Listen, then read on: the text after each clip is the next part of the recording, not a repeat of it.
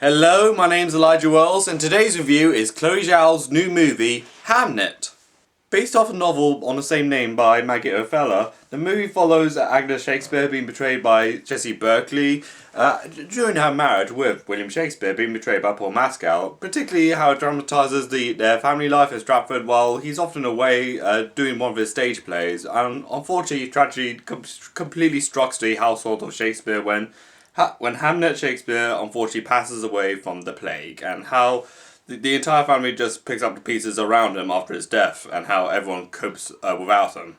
To say that Chloe Zhao is making waves in the film industry from the past 5 or 6 years is definitely a bit of an understatement, to say the least. Not just she's the second ever woman to win a Best Picture winning film, and also being the first Asian woman to do that, and she could of course be the first ever woman to direct 2 Best Picture winners, let alone the first Asian to do that. And of course, this all came from the 2020 movie Nomadland. And the movie, even though it was severely interrupted by COVID with its release schedule and did find its home on Disney Plus and Hulu, the movie essentially follows Frances McDormand as a nomad in the wake of the 2008 recession. Then, literally a year later, she did follow up with the Marvel movie The Eternals, which unfortunately didn't exactly do the numbers, like the critical numbers that Nomadland did, to the point a lot of people consider it one of the weak installments of the Marvel cinematic universe, but it did made kinda some money, but not a lot of money for Marvel, so it left Chloe Zhao in a bit of a pickle, as in her next film is going to have to go way back to the Nomadland level of critical success, or her career is essentially going to be over. But luckily, she has the backing of 2 Hollywood heavyweights, as in the film producers are Steven Spielberg through his Amblin Productions, and of course Sam Mendes, who was attached to direct this film for a very long time, then turned it down so he can focus on the 4 Beatles movies, which is coming out eventually. And of course, the very inspired casting of Paul Mescal, who plays essentially broken down and tormented characters like in Normal People or After Sun, or characters that completely lost everything and tried to build their lives up again, like in Gladiator 2. And of course with Jessie Berkeley, who's definitely rising up at the moment as an actress, particularly on the Netflix film I'm Thinking of Ending Things, and of course the huge HBO miniseries Chernobyl, which again garnered her loads of recognition and attention, and as well as the Alex Garland movie from 2022, Men. The movie does dwell into some very complex themes of like grief and alienation. The grief side, as in they've lost their son, and of course how they go about it after they lost their son, and of course alienation, which I did pick up on, particularly that Agnes gets more alienated, that William is not even at home at this point, particularly that he's constantly going back and forth to London to do his plays and do some rehearsals with his fellow castmates, and of course him instructing everyone around him to do these plays, and of course it leaves Agnes being portrayed by Jessie Berkeley to pretty much run the house pretty much entirely on her own, particularly also with her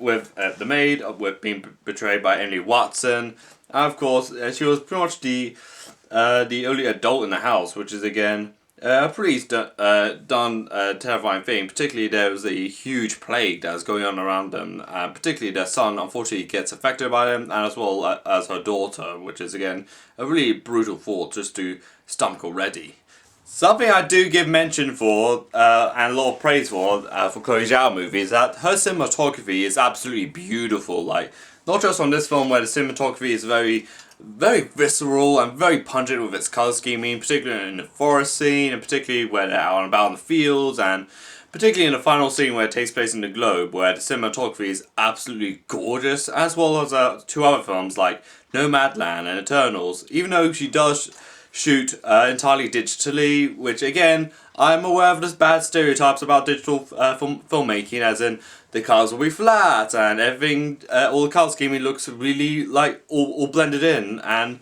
just and of course it'll look colourless. Like, however, Chloe Zhao, with her expertise, I'm not sure what her background is when it comes to like digital photography and how she got that quality out of it, to almost in some instances where I actually thought this was shot on film, like how she gets that quality out of it. Like, a lot of these scenes are incredibly beautiful, particularly doing it in natural lighting as well, which again, is a very easy trick that you can do on film, but particularly on digital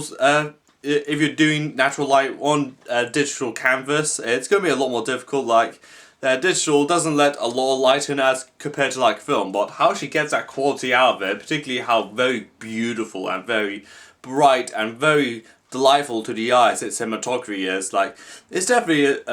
someone that embraces digital filmography and also understands how you can get the best quality out of it, even if it's something like Eternals or Nomadland, or even in this film, so to speak. The direction that Chloe Zhao does take with this movie is very interesting, particularly how they went about with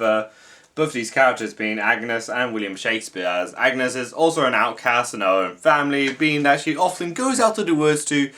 be with the Hawks and also hang around with William Shakespeare for a little bit before getting to know each other a lot more. And William Shakespeare is also an outcast in his own family, where his entire family were invested in the glove industry, as in like making gloves out of their home. And of course, he's a English teacher, and of course, wanting the right place, and his father is completely disapproving of it. And again, it's a very interesting way of a story about two outcasts who essentially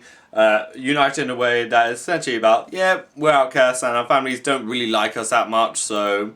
maybe we can make something out of it. Like, I definitely like that direction that Chloe Zhao did take with the relationship dynamics of these two characters. And also need to mention that the performances of Paul Mescal and as well as Jesse Berkley in this movie are absolutely phenomenal in this movie. Like, they have an incredible chemistry with each other, and of course the performances is absolutely incredible in this movie, and pretty much play off each other in quite not in a competitive manner, but in a matter that they essentially could pass as a married couple, particularly in the scenes where their marriage becomes more and more dysfunctional, particularly after the death of Hamlet, which I'm going to touch into a little bit later on. But it's pretty much a movie that definitely knows it's a couple, and it definitely goes down that alley. Like, they are a couple, but their marriage is pretty much somewhat crumbled a lot more, particularly after losing their son, which is again how their performances definitely is conveyed, and how Paul Mescal is and how they both do a lot of intense scenes with a lot of gravitas to it, so a lot of nuance to it as well, which is something I do really applaud altogether. Yeah, particularly in the scene where Hamnet dies in the movie. Again, it was a fairly packed screen, and it was such a really guttural and somewhat of a devastating scene just to sit through, as in it was a relatively full, it was like half full, like it was a pretty big screen, like maybe 100 people there, and not one of them made a sound. Like, it was just eerie, it was just really devastating at best. Like it was just, particularly there was a scene earlier where Hamlet does trade places with Judith after she catches the plague, as in, he said to her, like, I'll be brave while you live on, I'll give you my life, as in, like, that was just incredibly dark and just really bleak. Like, there's one thing that we see a child die, but I think they did it just out of bargaining and out of fear of death. Like, it was just really dark, grim stuff. Like, it was just such a guttural scene to just sit through. Like, it was just pretty intense. Like, everyone was just silent throughout that scene. Like, and throughout the rest of the movie, to be honest. Like, it was just like watching Grave of Fireflies all over again. Although the movie is definitely a bit of a gut punch to sit through, this movie is definitely pretty depressing, but the performances of Paul Mescal and Jesse Berkley are incredible in this movie. How the movie deals with themes of grief and alienation and a breakdown of marriage is also really on point. The cinematography is incredibly gorgeous, and of course the direction of the movie, that it's not just a relationship that's breaking apart, it's a family breaking apart. Not just off the death of a child, but of course that William is pretty much now an absent father throughout the entirety of the film, and it's leaving just Agnes just to raise these kids while one of them just died. Like, it's definitely a very interesting direction that Chloe Zhao did take with this movie, and particularly how gorgeous the sets are, like its costuming work as well as set decoration, which is definitely on point with the Tudor time period around that point, which again is definitely why Chloe Zhao definitely has a keen eye, not just on how the beauty of the scene, but also the authenticity and the emotional rawness and the guttural nature of it all. So for Hamnet, I'm feeling a 9 out of 10 on this one. So, what do you think of Hamnet? Let me know in the comments down below. Like this video, subscribe to my channel, and also follow me on Twitter, Instagram, Blue Sky, Threads, and Letterboxd. This is Elijah Wells, and bye!